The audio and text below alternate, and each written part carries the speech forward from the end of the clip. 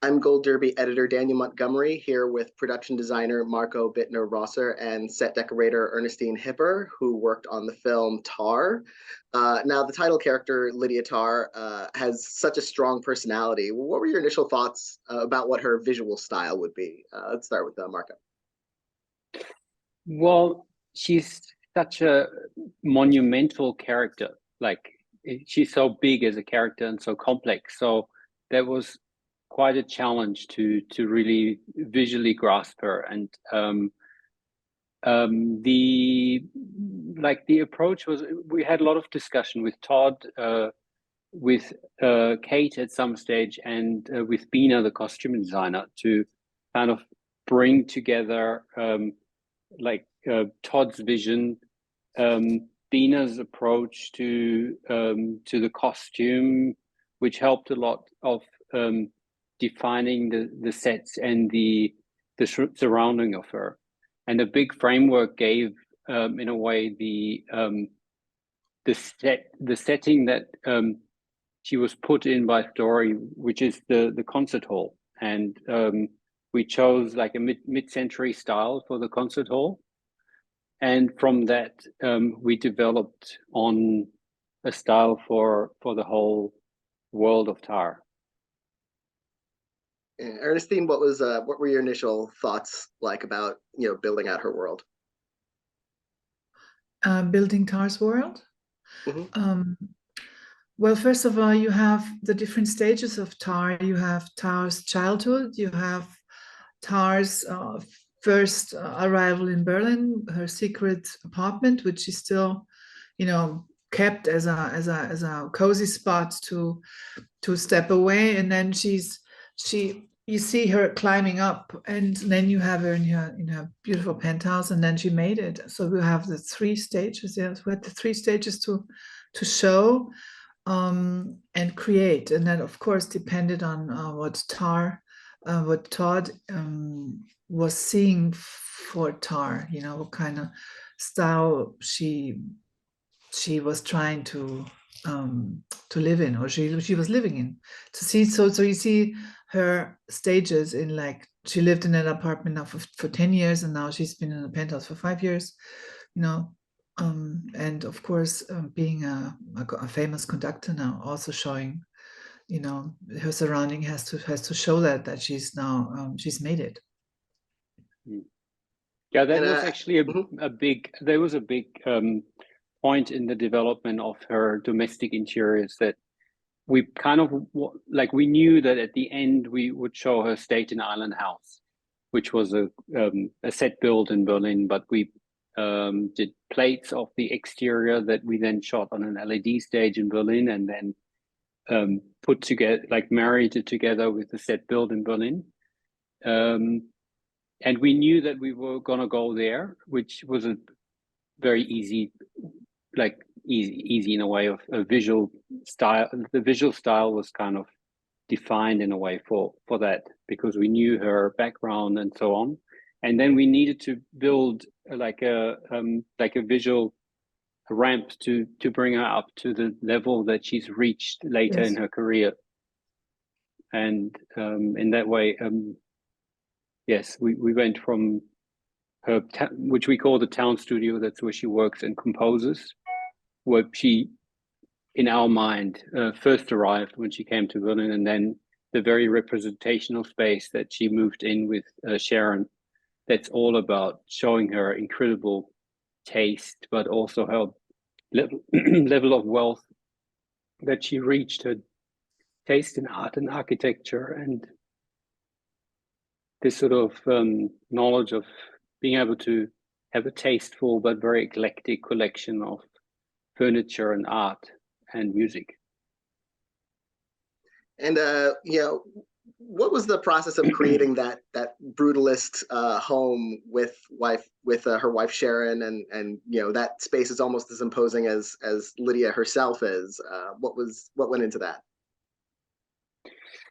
Well, in terms of architecture, we set it in a brutalist concrete space, which is kind of very overpowering in scale, but kind of reflects what Tar is, like, reflects like gives the character space, which was a very unusual choice we felt in the process of, because it was a long process of finally ending up with that brutalist architectural space that almost doesn't read like an apartment, but is interpreted as an apartment. And that gave her something that's a little bit otherworldly, which we felt was the right choice for her. And in terms of furnishing, there's a lot of, like, it's a super eclectic mix of like Chinese furniture from the Ming time, a lot of mid-century, very high class design stuff, chandeliers and modern art, but also some old pieces. And we had super support from different artists that allowed us to use their original work. Yes. Yeah, Ernestine, what was your experience like on that in that apartment? It was fabulous to be in a space like this, because you can really create. Well, there was a challenge that this brutalist place still would become a big, cozy home for all the playing areas that had to, play there, and show that there's also a child living, plus some sort of course, two very intellectual ladies who are at a certain state of wealth. Plus, we needed, this space was fabulous for putting this incredible grand piano in, which was, part of the main scene, which also transported the music life of these two ladies into their home. And for me, it was spectacular. It was spectacular to be able to dress a place like this. Lovely.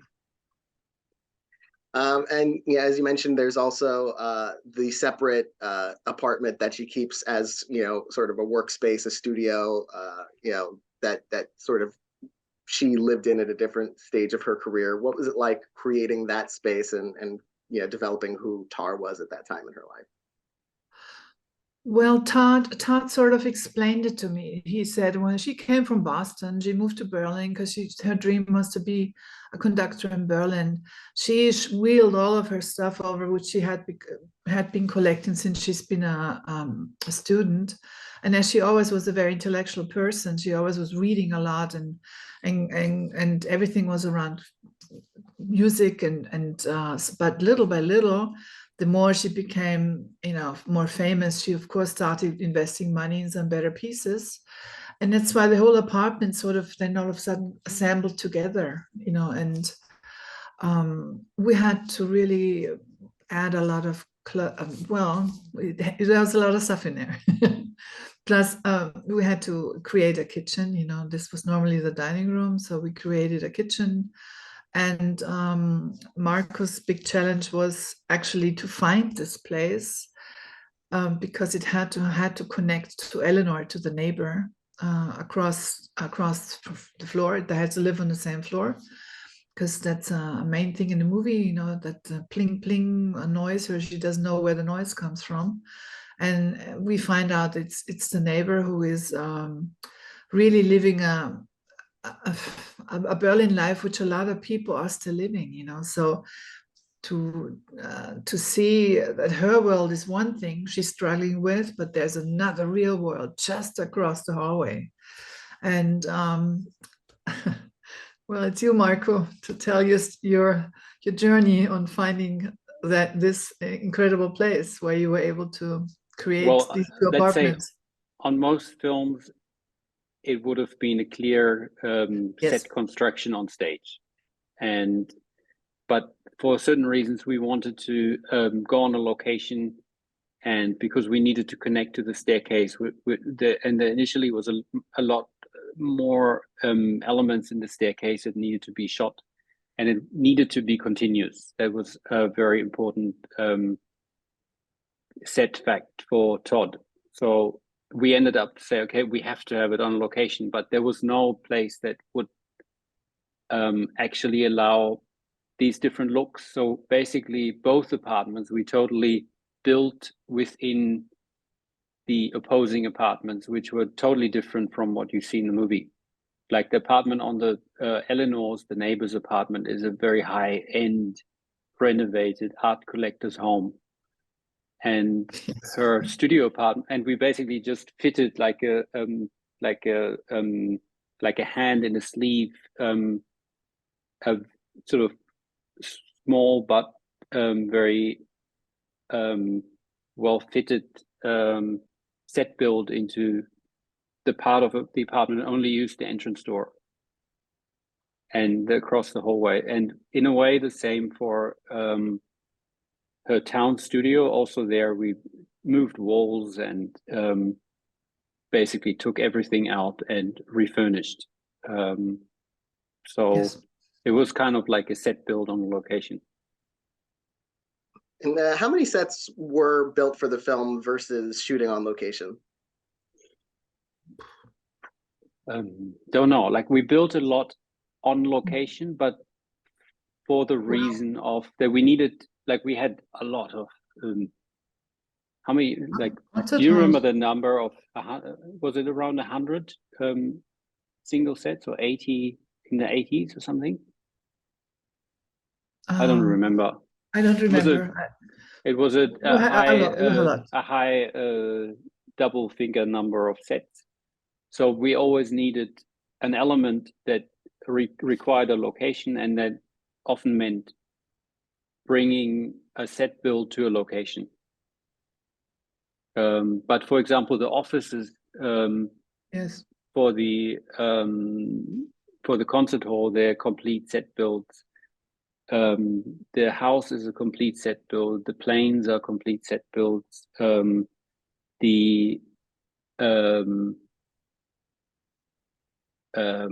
is it? The hotel room is kind of like a complete set build on a location, which was crazy because we went into an old hotel that was under renovation, and we just took out all the walls. Yeah, because they were taking them out anyways at some stage, and just built a hotel in there, and we used the lift basically and the hallway. And that's how we kind of went with most of the film. And what work went into that, the orchestral space, finding the locations that worked and really creating that sense of that plays such an important part in the film? Well, like the concert space and the kind of complete image of the concert hall contains of 5 different locations. And as it's a rehearsal movie, most of the space is happening, most of the scenes happening within the rehearsals, like within the concert hall. And we only use the concert hall and the entrance door to the concert hall of the Dresden Concert House, the Kulturpalast. And that was amazing. Like, that was really the first piece that we needed to actually say, okay, we can make this movie in Germany, or we can make this movie at all, because it's impossible to find a concert hall that you can book, including the musicians, the 110 orchestra professional orchestra musicians, for nearly 10 days. They were like totally with us, and we were like, they were actors working for 10 hours a day, and they usually have a 4-hour rehearsal day. So it was finding the space, which was visually super lucky to find Dresden and to find them so cooperative, but then also because, as we see in the movie, the orchestras are democratic entities. So they vote on what they want to play, what kind of music they want to play, but also if they want to do a certain piece, like this movie, for example. So we had to present the project early on and talk to the main people of the orchestra. Then they would present to the orchestra. Then we presented it to the whole orchestra, and they decided some weren't quite sure if they were in or not, but they then all decided and were super happy to be part of the project. And it was amazing working with them. And Ernestine, what was like dressing those locations, for making them feel really lived in? Well, the concert hall, I didn't have to do much except for hide all the green exit lights, because they would have really been disturbing. But it all had to match. So Marco shot parts on the real stage, in the real halls, and then Marco created exactly the same hallways on location, and then he built the offices inside of. It was also an old sound studio, wasn't it? An empty one that was going to be renovated, and you put all the sets inside the little studios there. Mm.